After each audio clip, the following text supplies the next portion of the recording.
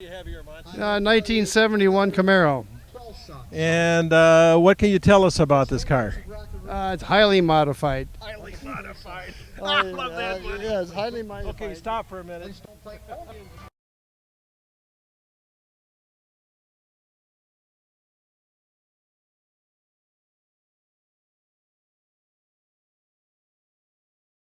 I had a dynoed, the last dyno section at 435 horsepower, about 850 foot-pounds of torque. It's running 208-inch headers, like I said, a 671 blower, 750 carburetors. I am running ethanol, E85, which gives me, that's race gas, and gives me quite a bit more horsepower. Aluminum heads, aluminum radiator, custom brackets for water pump and for alternator. That's about it as far as extras in the engine compartment. Because it is blown, it's very streetable horsepower. The 71 Camaro, weld wheels on it, custom exhaust, stainless steel.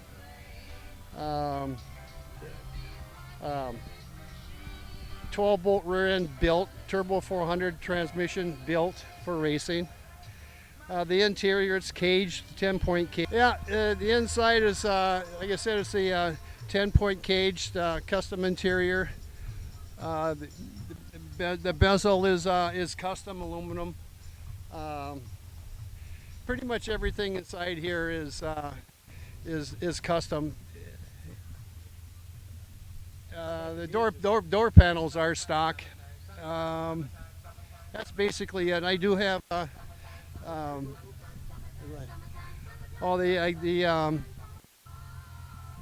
shifter is a slapper, if you want to call it that, spring-loaded, and it's a decent one for the street use. That's about it for the inside. I got M&H tires on the back, 17-inch wide, the custom exhaust, all stainless steel, ladder bar suspension, and it hooks up pretty well on the street if that's what you want to do. You got to keep it toned down because it's not cool to be giving it too much on the street. It's where you should be on the track. Well, who have you beat with it? No, I haven't beaten anybody. Don't lie to me. I don't do street racing. Probably not those Trans Ams. Well, there's one black one that I would like to see, but I haven't seen them around in a while. No, if you go out in the country where there's no traffic, I might play with it a little bit out there. But other than that, no, I keep it toned down in the cities. I drive a school bus, and we certainly don't want to do anything to hurt that, like taking away my CDL or anything like that. It's a nice streetable car. I've had it for gone through 4 different builds.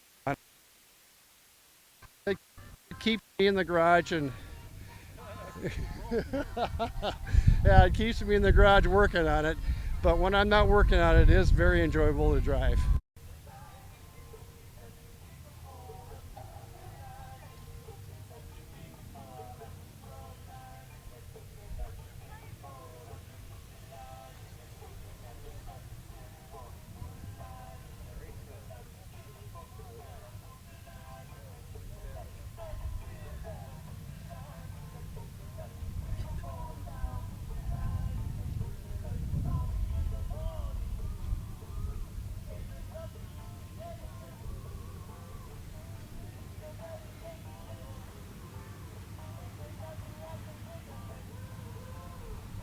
And we're here with Ron McManus. Ron. What kind of car is this? It's a 1923 Ford T-Bucket. Yeah, that's a 1923 Ford T-Bucket. It's got a 401 nailhead Buick engine in it, and none of my buddies can catch me. And so I got them back working on that, and I've had a lot of fun with it this summer here, and so looking forward to more more good times out on the roads, taking a few miles off my motorcycle with this. And yeah, I've enjoyed it. So, Oh, tell us about the interior, the gauges, the shifter, the steering wheel. That looks like an original steering wheel. okay, yeah, it's just the original steering wheel came with it there. I don't know where they come up with that with there, but I've had a lot of compliments on that. And it's got the lamps on the front here. It lights up the engine pretty nice at night. And it's got all the gauges there. And Is that the original window? yeah, no, I've gone with a Lexan window at the top, and I'm trying that out, and I think I'll go with it at the bottom, on the bottom too. It's got a couple cracks in it, and that won't crack, and it's pretty sturdy, so I think I'm going to go with that. What's that? Tires. Tires. We look at those tires and go, what the heck? Oh yeah. Yeah, I like the wide tires. One reason is I can't burn them as easy. The car is so light it just goes. So I like that. Yeah, smoke is one thing, but going is better. So when you step on the gas, you better have Yeah, someplace to go. you're gone. Yeah, they're still wondering where the yellow went. Wow. So Yeah. that's the original steel body. No, that's fiberglass. Fiberglass Body. It's a kit was built in 1982, and come to find out, a buddy of mine from Coon Rapids Fire Department owned the car after I retired, and I didn't know about that. I found out through the Anoka show a lot about the car. That was one of the items I found out, and that was interesting. Well, it's a beautiful car. Thanks a Yeah, lot. yeah, The horn. Yeah, the horn. My boss had owned the car, never used it much, and I asked him about it. I said, "What's this about?" And he says, "Yeah, you'd look good in that. You interested in it?" So I took it for a ride, went down to my AA club where I'm a member, and I pulled in down there, and I went to get up out of the seat, and the horn blew. Well, what the hell? What did I touch or do? And I lifted up again, and every time I got up, the dang horn would blow. And so we had the seat out, we had everything out. We're looking, pushing, pulling, and everything. Nothing around there. Finally, my buddy walks up to the side of the car and he says, "Well, I don't know where." Oh my God, we found it right in the side of the car. Got back, I told my boss, I said, "Well, you could have told me where the damn horn was, you know, I mean, oh." Yeah. It's a two-door sedan. Okay, stop. All right, it's got a 327 Chevy in it, turbo 350 tranny. It's chopped 6 inches in the front, 7 in the back. The only thing that's really stock on it is the back window. Everything else is all custom made front sheet metal, back end. I've had the car since I was 15, back in '99 is when we built it. And it's been changing it every year since, doing a little bit every year. So it's been fun. It's one of my daughters. Her name's Stevie. So she's got a twin sister and older brother. Seats are out of a '62 Ford Thunderbird and a Dodge Dart in the back. My mom did all the upholstery in it. Yeah.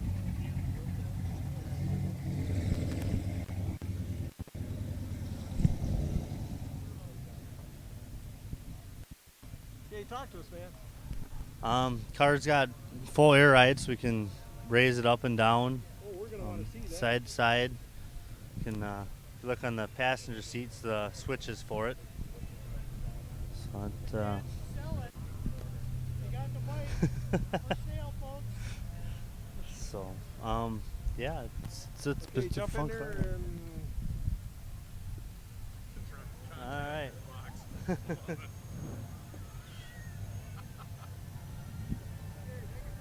All right, you can raise the front up, raise the back up. You can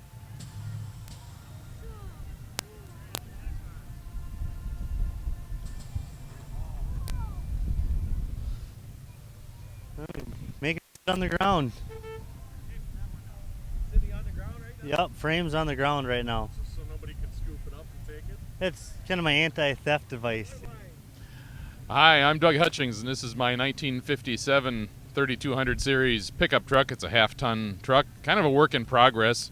I'm restoring it in tribute to my granddad, who owned a Marathon oil dealership back in 1950s and 60s, and all the things on the side of it. Well, the engine's a 327 V8 Chevrolet from 1966, so it's not the original six-cylinder inline. Yes, it's not.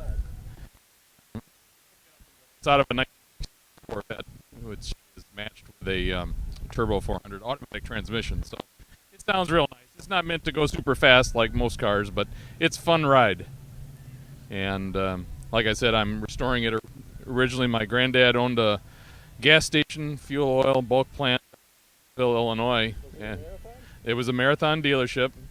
And this was similar to Granddad's truck. It wasn't identical. His name was Carl, but from the pictures and everything that I had, when I was a kid in the 60s, he used to take me in a pickup just like this, and we'd go hop in his tank wagon. And he had his initial and name on the side along with the phone number. And, all right. Okay, we're running. Yeah, so Granddad's name was Carl, and that was the phone number, and the name of the company that he had was Home Oil Company. And I used to ride with him, so my two younger brothers and I in the pickup. So actually on the tailgate, I got some of the old stationery that used to be from his fuel company, and I took the caricature there and just added that on the back of the tailgate. That wasn't original, but again, just in memory of my granddad.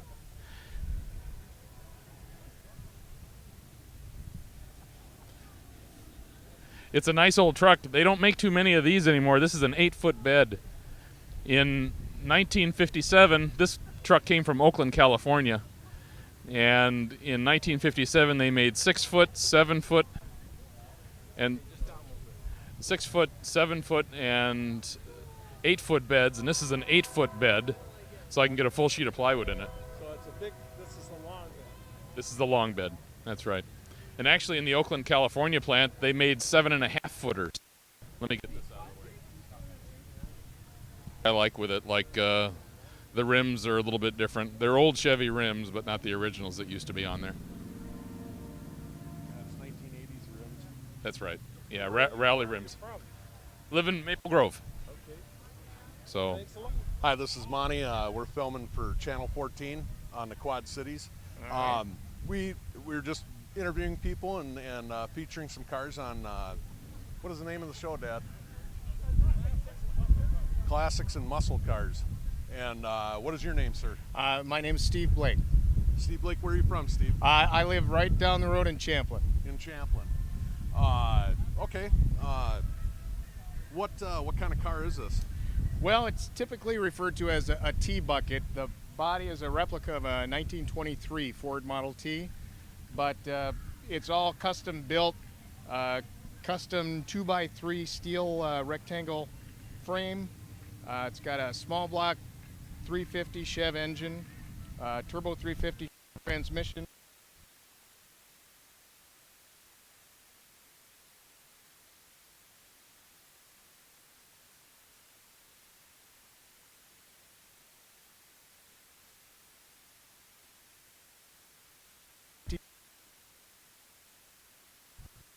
Is a replica of it. Can you tell us about these valve covers?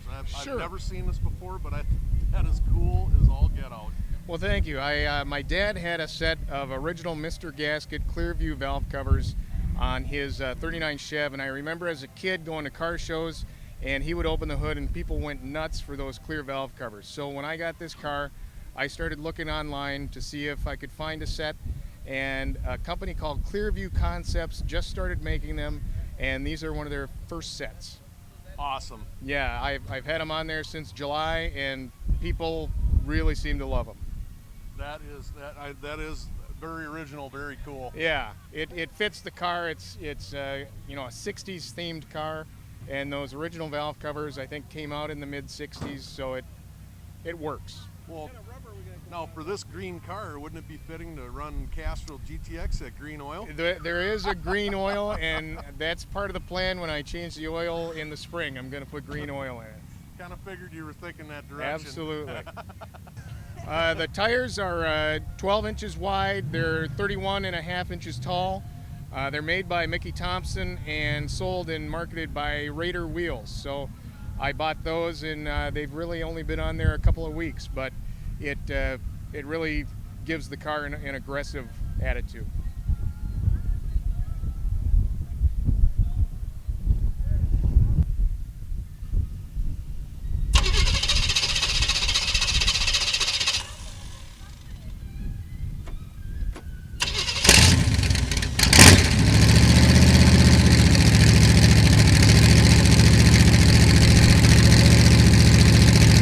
That is cool.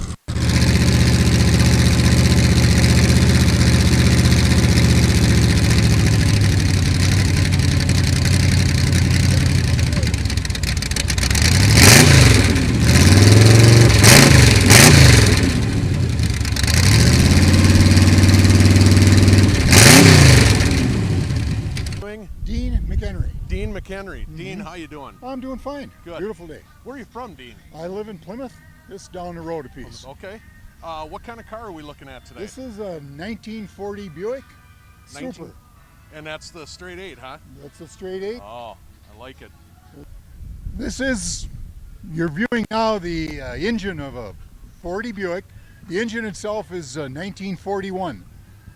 Stock had put out 125 horsepower with a 7-to-1 compression in 1941. The intake system comprises of an Edmunds intake. The intake system is manufactured by Edmunds.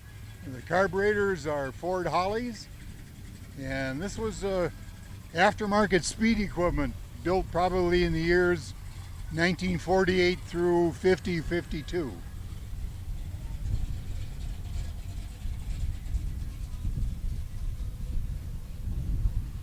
You're getting a view now of maybe the hubcaps, which are off of a 1952 Buick, what was commonly called the sombrero hubcap.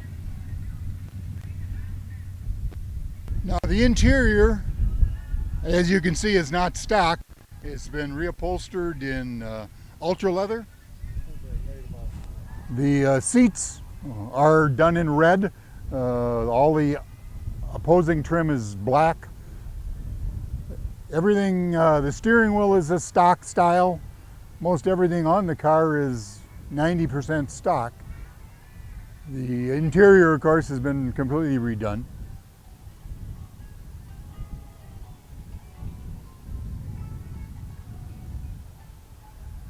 The knob on the steering wheel was called suicide knob or Necker's knob or Guffer's knob.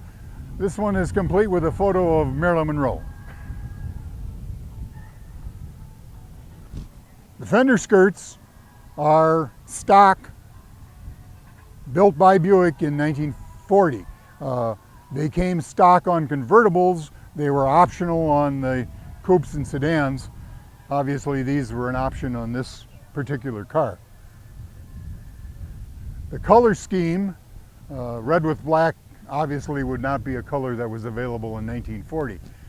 The original colors of this car would have been a dark blue with a silver top, but the rear deck would not have been painted. That would have been the blue as in the original color.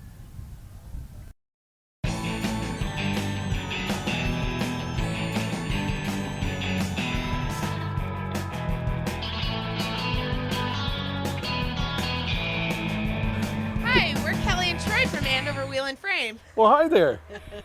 What is Andover Wheel and Frame? I mean, what do you do? Well, Andover Wheel and Frame is a specialty shop on alignments for any type of vehicle, motorhomes, limousines, street rods. Yeah, what are all these street rods I see out here all the time? Well, we just get a lot of word of mouth, a lot of comeback customers that appreciate our work and how much we care for the older cars. Well, does it have anything to do with the fact that you're in the MSRA? Yeah, we are Minnesota members of Street MSRA Rod Association, and a few aren't you? other car clubs to get that type of customer.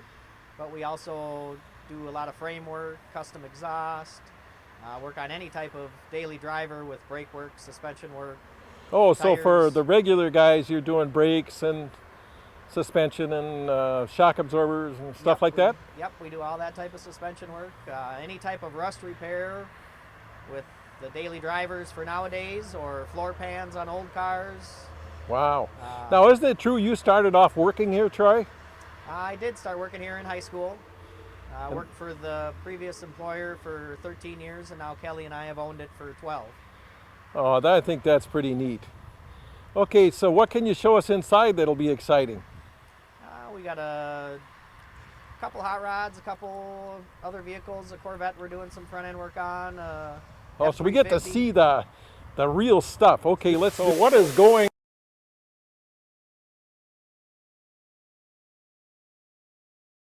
Any type of that stuff. The far two racks are both frame racks.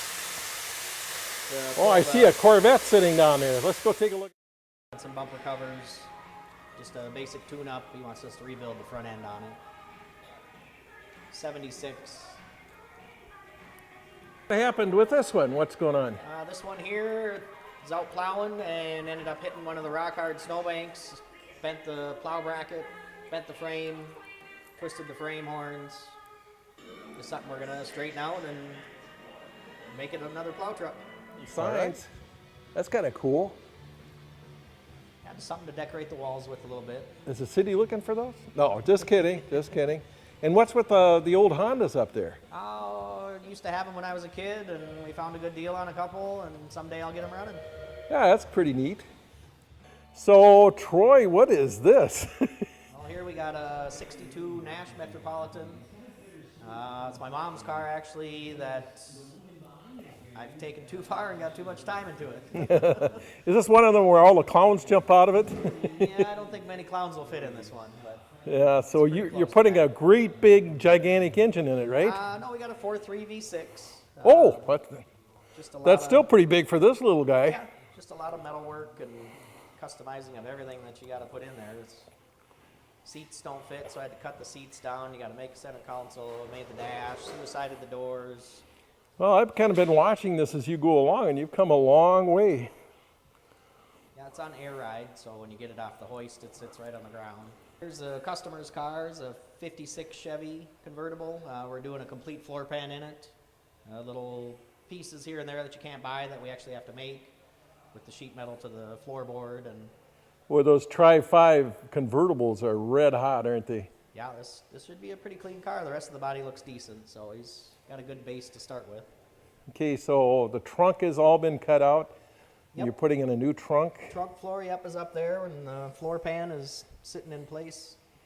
Oh, brand new floor pan. Or is that the trunk? No, that's the trunk. The floor pan is in there.